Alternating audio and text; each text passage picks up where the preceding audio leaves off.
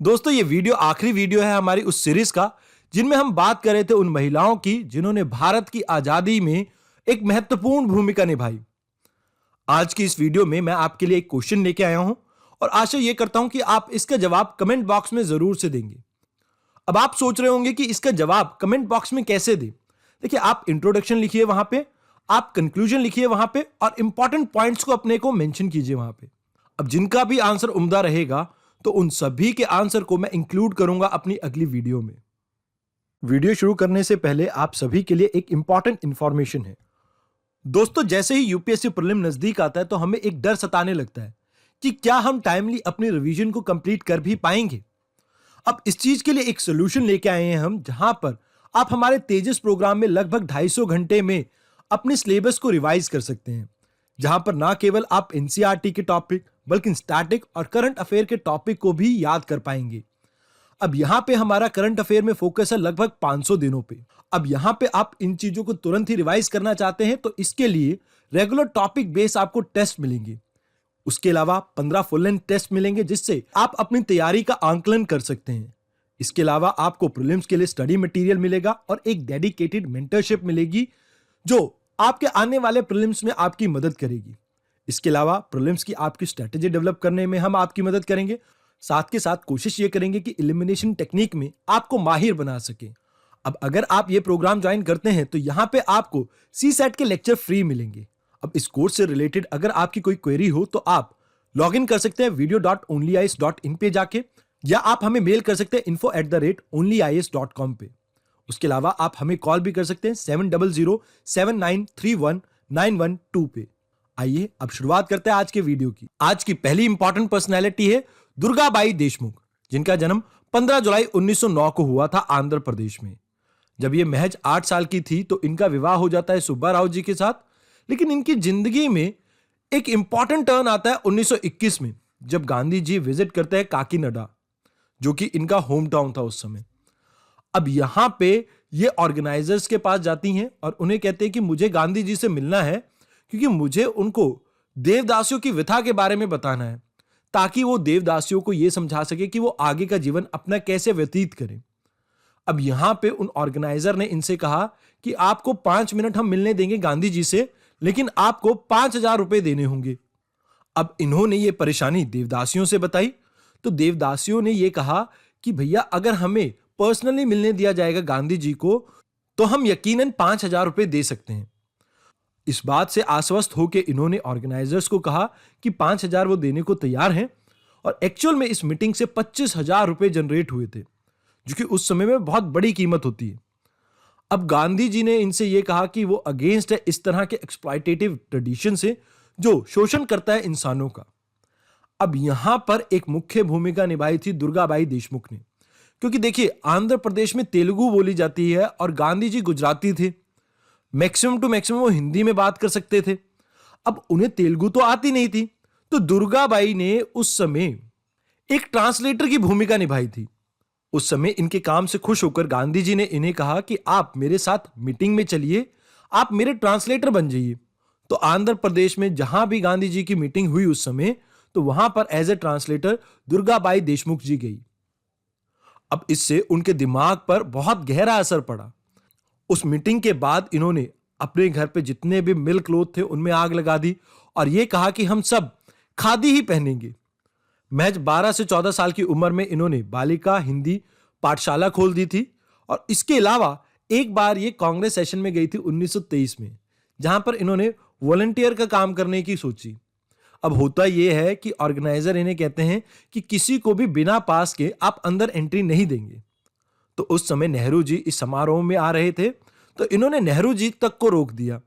अब इससे ऑर्गेनाइजर को गुस्सा आया और उन्होंने इन्हें डांटना शुरू कर दिया। तो नेहरू जी ने उस समय यह कहा कि हमें ऐसे ही निष्ठावान व्यक्तियों की जरूरत है अपने देश में। और ऐसा नहीं था कि ये नेहरू जी को नहीं जानती थी, ये नेहरू जी को पहचानती थी, बट जो ऑर्गेनाइजर थे उन्होंने इन्हें यह कहा था कि कोई भी इंसान टिकट के बिना अंदर ना जाए। तो इन्होंने हिम्मत दिखाई इतनी कि ये नेहरू जी को भी वहां पर रोक कर खड़े हो गए। तो ये तो बात हुई इनके बचपन की। अब जैसे जैसे इनकी उम्र बढ़ती है तो ये कोशिश करती है कि वुमेन एम्पावरमेंट या वुमेन अपलिफ्टमेंट के लिए काम करें। अब जैसे इनके आस पड़ोस में कोई महिला रहती थी, इनके टेनेंट थी, उनको उनका पति हर रोज परेशान करता था। तो इन्होंने उसके अगेंस्ट प्रोटेस्ट की, कहीं ना कहीं उस महिला को इंसाफ दिलाने की कोशिश की। दांडी मार्च में भी इन्होंने एक मुख्य भूमिका निभाई। देखिए, एक्चुअल में ये उस समय रहती थी ईस्ट गोदावरी डिस्ट्रिक्ट में, और वहां पर जो इंपॉर्टेंट पर्सनैलिटी थे वो इनके कार्य से बहुत प्रसन्न थे। तो उन्होंने इन्हें कहा कि भैया, अगर मुझे पुलिस अरेस्ट कर लेती है, क्योंकि पुलिस की मुझ पर नजर है, सीआईडी की मुझ पर नजर है, तो आप इस दांडी मार्च को आंध्र प्रदेश में लीड करना। अब इस समय होता क्या है कि गांधी जी को अरेस्ट कर लिया जाता है दांडी यात्रा के दौरान। अब उस समय जो इनके वहां के पॉलिटिकल लीडर थे, उन्होंने एक प्रोटेस्ट ऑर्गेनाइज किया। अब इस प्रोटेस्ट में उनके ऊपर लाठी चार्ज होता है, जिससे उन्हें चोट लग जाती है। तो कहीं ना कहीं उनकी ढाल बनकर दुर्गाबाई देशमुख उनके सामने खड़ जाती हैं। इसके बाद 1932 में इन्होंने सॉल्ट टैक्स के अगेंस्ट प्रोटेस्ट स्टार्ट किया, जहां पे इन्हें अरेस्ट कर लिया जाता है। अब जब इन्हें अरेस्ट किया जाता है तो इन्हें जेल भेजा जाता है, जहां पे ये देखते हैं कि एक सेल के अंदर, मतलब एक काल कोठरी के अंदर कई महिलाओं को भर दिया जाता है। अब इस वजह से वहां पर लिविंग कंडीशन अच्छी नहीं है। तो दुर्गाबाई देशमुख जी इसके खिलाफ प्रोटेस्ट करती हैं, जिसके बाद इन्हें मदुरई जेल भेज दिया जाता है। वहां पर इनके साथ वाले सेल में एक ऐसी महिला थी जिसको फांसी की सजा होने वाली थी। उस महिला पे इल्जाम यह था कि उन्होंने अपने पति का कत्ल किया है, लेकिन सत्य यह था कि उस महिला ने अपने पति का कत्ल नहीं किया था। दरअसल जिस तरह से उनसे क्वेश्चन पूछे गए तो हड़बड़ाहट में उनसे यह कह दिया गया कि उन्होंने अपने पति का खून किया है। तो इसके बाद दुर्गाबाई देशमुख जी डिसाइड करते हैं कि वो लॉ को पढ़ेंगी, मतलब वो वकील बनेंगी। अब इसमें उनकी मदद के लिए सामने आते हैं मदन मोहन मालवीय जी। वो उनकी मदद करते हैं इंटरमीडिएट लेवल तक पढ़ने में।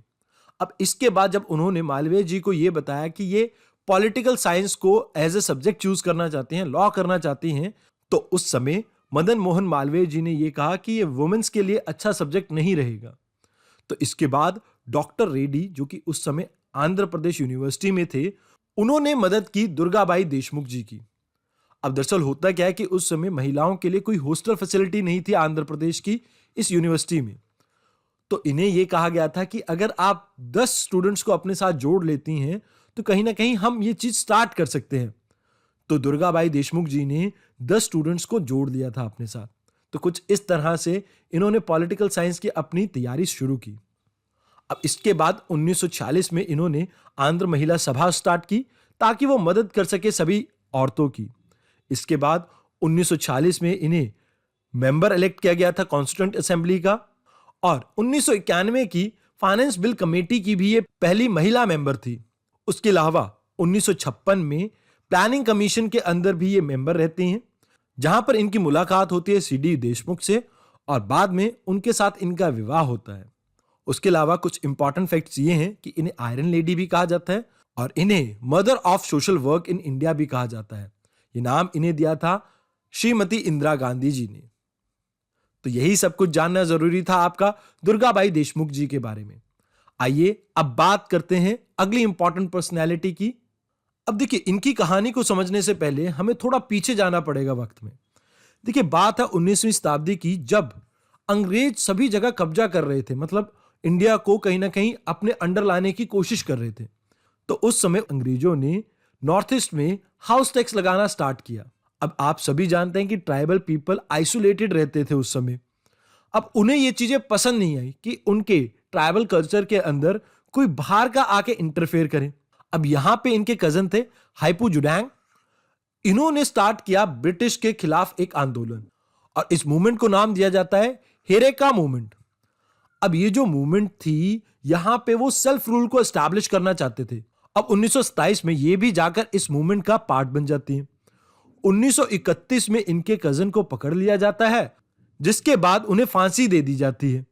अब कहीं ना कहीं ये हेरेका मूवमेंट दबने लगती है, लेकिन उसी समय इन्होंने चार्ज संभाला इस मूवमेंट का, और 16 साल की उम्र में इन्होंने इस मूवमेंट को आगे बढ़ाने की कोशिश की। अब अंग्रेजों को चकमा देने के लिए इन्हें बार बार अपना गांव, घर सब कुछ बदलना पड़ा। अब बात है अक्टूबर 1932 की, जब ये पुलोमी विलेज में थी, और वहां पर एक महल की कंस्ट्रक्शन चल रही थी जो लक्कड़ से बन रहा था उस समय। तो उस समय ये वहां पर छुपी हुई थी। तो कहीं ना कहीं गोरखा रेजिमेंट वहां पर रेड करते हैं और इन्हें पकड़ लेते हैं, जिसके बाद इन्हें उम्र कैद हो जाती है। अब 1937 में नेहरू जी इनसे आके मिलते हैं। अब जब नेहरू जी इनसे मिलते हैं तो वो ये कहते हैं कि वो कोशिश करेंगे कि उनको जल्द से जल्द इस जेल से रिहा करा जाए। ऑल्दो ऐसा हो नहीं पाता। 1947 में जब भारत आजाद होता है तभी इनको जेल से रिहाई मिल पाती है। अब उस समय नेहरू जी ने इन्हें नाम दिया था डॉटर ऑफ हिल और इनको एक टाइटल दिया था रानी। वैसे ये कोई रानी नहीं थी, इनको टाइटल दिया गया था ये नेहरू जी द्वारा। यहां पे आपको मैं एक और बात बता दूं, कबीनी समिति है 1934 में ये बनी थी, इनका नाम इसके साथ भी जोड़ा जाता है। तो यही कुछ जानना जरूरी था आपको इनके बारे में। इनके बारे में इतना ही कुछ जानना जरूरी था आपके लिए। आइए बात करते हैं अगली इंपॉर्टेंट पर्सनैलिटी की। इनका नाम है उषा मेहता, जिनका जन्म 25 मार्च 1920 को हुआ था। इनके फादर का नाम था जितेश मेहता, जो उस समय जज हुआ करते थे। जब इनकी उम्र महज 5 साल थी तो इन्होंने गांधी जी को पहली बार देखा था साबरमती आश्रम में। इसके बाद इनके ऊपर एक अच्छा प्रभाव पड़ता है उनका, और लगभग कुछ ही महीनों बाद एक कैंप ऑर्गेनाइज किया जाता है गांधी जी द्वारा इनके गांव में, जिसमें इन्होंने बढ़ चढ़कर पार्टिसिपेट किया और वहां पर इन्होंने चरखा काटना सीखा। इसके बाद यह महज 8 वर्ष की थी। 1928 की बात है, जब साइमन कमीशन के अगेंस्ट इंडिया में प्रोटेस्ट चल रहा था और इसमें भी इन्होंने बढ़ चढ़कर पार्टिसिपेट किया। उसके अलावा छोटी सी उम्र में 8-9 साल की उम्र में ही इन्होंने मंजरी सेना बनाई थी।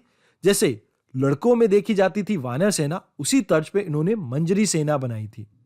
उसके अलावा दांडी यात्रा का भी इनके ऊपर बहुत अच्छा प्रभाव पड़ा, जहां पर इन्होंने पार्टिसिपेट किया। जैसे बैनर लेके पिकेटिंग कहते हैं ना, जैसे शांतिपूर्वक रूप में आप किसी के घर के आगे खड़ के या किसी शॉप के आगे खड़ के प्रोटेस्ट करते हैं बैनर लेके, तो उन्होंने ये भी किया। साथ के साथ खादी के कपड़े बेचे गांव गांव जाकर, घर घर जाकर। उसके अलावा प्रभात फेरी में भी पार्टिसिपेट किया। अब यहां पे एक इंपॉर्टेंट घटना मैं बताता हूं इनके जीवन से जुड़ी। देखिए होता क्या है कि एक बार अपने दोस्तों के साथ कुछ खादी के कपड़े और तिरंगा लेकर जा रही थी, तो बीच में इन्हें पुलिस वाले मिल जाते हैं। तो पुलिस वालों ने इनके दोस्तों को मारा पीटा और इनके झंडे को नीचे गिर दिया। तो ये क्या करती हैं, उस रात पूरी रात जाकर अपने साथ बड़ों को मिलाकर खादी का निर्माण करती हैं, जहां पर ये कपड़ों से तिरंगा बना लेती हैं और अगली सुबह फिर जाकर पुलिस वालों के सामने खड़ जाती हैं। अब यहां पर ये पुलिस वालों को कहते हैं कि अब मेरा झंडा गिरा के दिखाओ। तो कहीं ना कहीं इस तरह का दीवानापन था इनमें देश की आजादी के लिए। अब क्योंकि इनके फादर एक जज थे तो कहीं ना कहीं इस बात के अगेंस्ट थे। अब होता यह है कि इनके फादर का तबादला हो जाता है बॉम्बे। अब बॉम्बे में जाकर ये चंद्र राम जी हाई स्कूल में पढ़ती हैं और समय जब भी इन्हें मिलता था तो ये जेल में जाकर पॉलिटिकल फ्रीडम फाइटर्स से जाके मिलती थी। अब यहां पे ये सीक्रेटली उनके मैसेजेस को भी लाने और ले जाने का काम करती थी। इसके बाद 1935 में इन्होंने विल्सन कॉलेज को ज्वाइन किया, जहां से ये फर्स्ट क्लास में ग्रेजुएट हुई। अब इसके बाद इन्होंने अपने पिताजी को यह कहा कि मैं आगे लॉ पढ़ना चाहती हूं। अब ये बात सुनकर इनके पिताजी को बहुत खुशी हुई थी। लेकिन मैं आपको बता दूं कि इसी दौरान आपका 1942 में स्टार्ट होता है क्विट इंडिया मूवमेंट। उस समय ये अपने घर को छोड़ देती हैं और स्टार्ट करती हैं एक सीक्रेट रेडियो स्टेशन को। अब इसमें इनकी मदद करते हैं विट्ठल भाई जेवरी। दरअसल रेडियो ट्रांसमिशन के लिए जो ट्रांसमीटर था वो विट्ठल भाई जेवरी जी ने ही बनाया था। अब इसके बाद ये ब्रॉडकास्टिंग स्टार्ट करती हैं, जहां पर शुरुआत की जाती है सारे जहां से अच्छा गीत से और खत्म किया जाता था वंदे मातरम पे। अब इनके ब्रॉडकास्ट को सुनकर डॉक्टर राम मनोहर लोहिया जी ने इन्हें मिलने के लिए बुलाया था। अब आगे चलकर इनका रेडियो इतना पॉपुलर हो जाता है मासेस के बीच में, जिसकी वजह से उस समय की कई प्रोमिनेंट पर्सनालिटी ने इनके रेडियो पे अपने भाषण रिकॉर्ड करके दिए थे, जैसे डॉक्टर लोहिया। अब इस रेडियो स्टेशन को रन करने के लिए ये अपनी बार बार लोकेशन बदल रहे थे, बट एक बार पुलिस रेड में ये पकड़ी जाती हैं और इसके बाद इन्हें टॉर्चर किया जाता है ताकि ये उनका नाम बता सके जिनके कहने पर ये रेडियो स्टेशन शुरू किया गया था। अब इस टॉर्चर के कारण इनकी सेहत दिन प्रतिदिन गिरती जाती है। उसके बाद जैसे ही 1946 में अंतरिम गवर्नमेंट बनती है, उसके बाद इन्हें रिहा कर दिया जाता है और इसके बाद जब भारत आजाद होता है तो ये अपनी आगे स्टडी को कंटिन्यू करती है, जहां पर ये पीएचडी करती हैं गांधीयन फिलॉसफी में। तो यही कुछ जानना जरूरी था आपका उषा मेहता जी के बारे में। उसके अलावा जब भी आपको पॉलिटिकल सिचुएशन के ऊपर कोई कोट चाहिए हो तो आप इनका एक कोट यूज कर सकते हैं। देखिए, इन्होंने ये कहा था कि certainly this is not the freedom we fought for. मतलब जिस तरह की आजादी हम सोचते थे, जिस तरह का देश हम सोचते थे, ये वो आजादी तो नहीं है और ये ना ही वो देश है। आइए अब बात करते हैं तारकेश्वरी सिन्हा के बारे में। देखिए, इनका जन्म 26 दिसंबर 1926 में नालंदा बिहार में हुआ था। ये बिलोंग करती थी भूमिहर फैमिली से, जो कि एक लैंडलॉर्ड क्लास की थी। इन्होंने अपनी पढ़ाई की थी बांकीपुर गर्ल्स कॉलेज से, जिसको आज हम मगध महिला कॉलेज भी कहते हैं, MMC। इन्होंने MSc इकोनॉमिक्स की थी लंदन स्कूल ऑफ इकोनॉमी से। उसके बाद ये वापस भारत आती हैं और 1942 में ये क्विट इंडिया मूवमेंट का पार्ट बनती हैं। आजादी के बाद 1952 में जो जनरल असेंबली के इलेक्शन होते हैं, ये उस समय कांग्रेस की सीट से खड़ती हैं और जीत जाती हैं बिहार से। उसके अलावा 1957 के इलेक्शन, 1962 और 1967 के इलेक्शन में ये जीत दर्ज करती हैं और एक समय के लिए आप ये कह सकते हैं 1958 से 64 तक ये डेप्यूटी फाइनेंस मिनिस्टर भी रही थी। उस समय के जो फाइनेंस मिनिस्टर थे मोरारजी देसाई जी, उनसे ये काफी ज्यादा प्रभावित थी, जिसकी वजह से जब कांग्रेस स्प्लिट होता है इंदिरा गांधी के समय पे, तो उस समय ये मोरारजी देसाई जी के साथ जाकर मिल जाती हैं। अब इसके बाद जब मोरारजी देसाई जी की पार्टी से ये इलेक्शन लड़ती हैं तो ये हार जाती हैं। उसके बाद ये एक बार फिर से कांग्रेस में वापस आती हैं और इस बार ये कांग्रेस की सीट से जीत जाती हैं। अब इसके बाद होता क्या है, 1978 में ये एक बार फिर से समस्तीपुर से खड़ी होती हैं, जिसके बाद एक बार फिर से इन्हें हार का सामना करना पड़ता है। अब इसके बाद ये संन्यास ले लेती हैं और कहीं ना कहीं लोक कल्याण के कार्यों में लग जाती हैं। तो यही कुछ जानना जरूरी था आपको इनके बारे में। आइए अब बात करते हैं तिलेश्वरी जी के बारे में, जिन्होंने महज 12 साल की उम्र में देश के लिए अपने प्राणों तक को त्याग दिया। तिलेश्वरी जी का जन्म 1930 में असम में हुआ था। जब ये महज 12 साल की थी तो उस समय भारत में क्विट इंडिया मूवमेंट चल रही थी और इनके वहां के एक लोकल लीडर थे जिनका नाम था मनमोहर नाथ, जिन्होंने मृत्यु वाहिनी या आप ये कह सकते कि सुसाइड स्क्वाड बना रखा था। इन्होंने ये डिसाइड किया कि जो गवर्नमेंट बिल्डिंग है ये उसके ऊपर तिरंगा लहराएंगे। जब मृत्यु वाहिनी के सभी सदस्य मिलकर गवर्नमेंट ऑफिशियल बिल्डिंग के लिए जा रहे थे तो उस समय तिलेश्वरी जी भी इनके साथ मिल जाती हैं। अब यहां पे जब ये प्रोटेस्ट कर रहे होते हैं, अपने तिरंगे को लहराने की कोशिश करते हैं गवर्नमेंट बिल्डिंग पे, तो पुलिस वाले गोली चला देते हैं, खासकर इनके जो लीडर हैं मनमोहर नाथ के ऊपर। अब इसके बाद पुलिस वाले बाकी जो प्रदर्शनकारी हैं उनको भी निशाना बनाती हैं, जैसे कुमोली देवी जी, मोहीराम कोच। चौथी आपकी शहीद थी एक 12 साल की बच्ची जिसका नाम था तिलेश्वरी जी।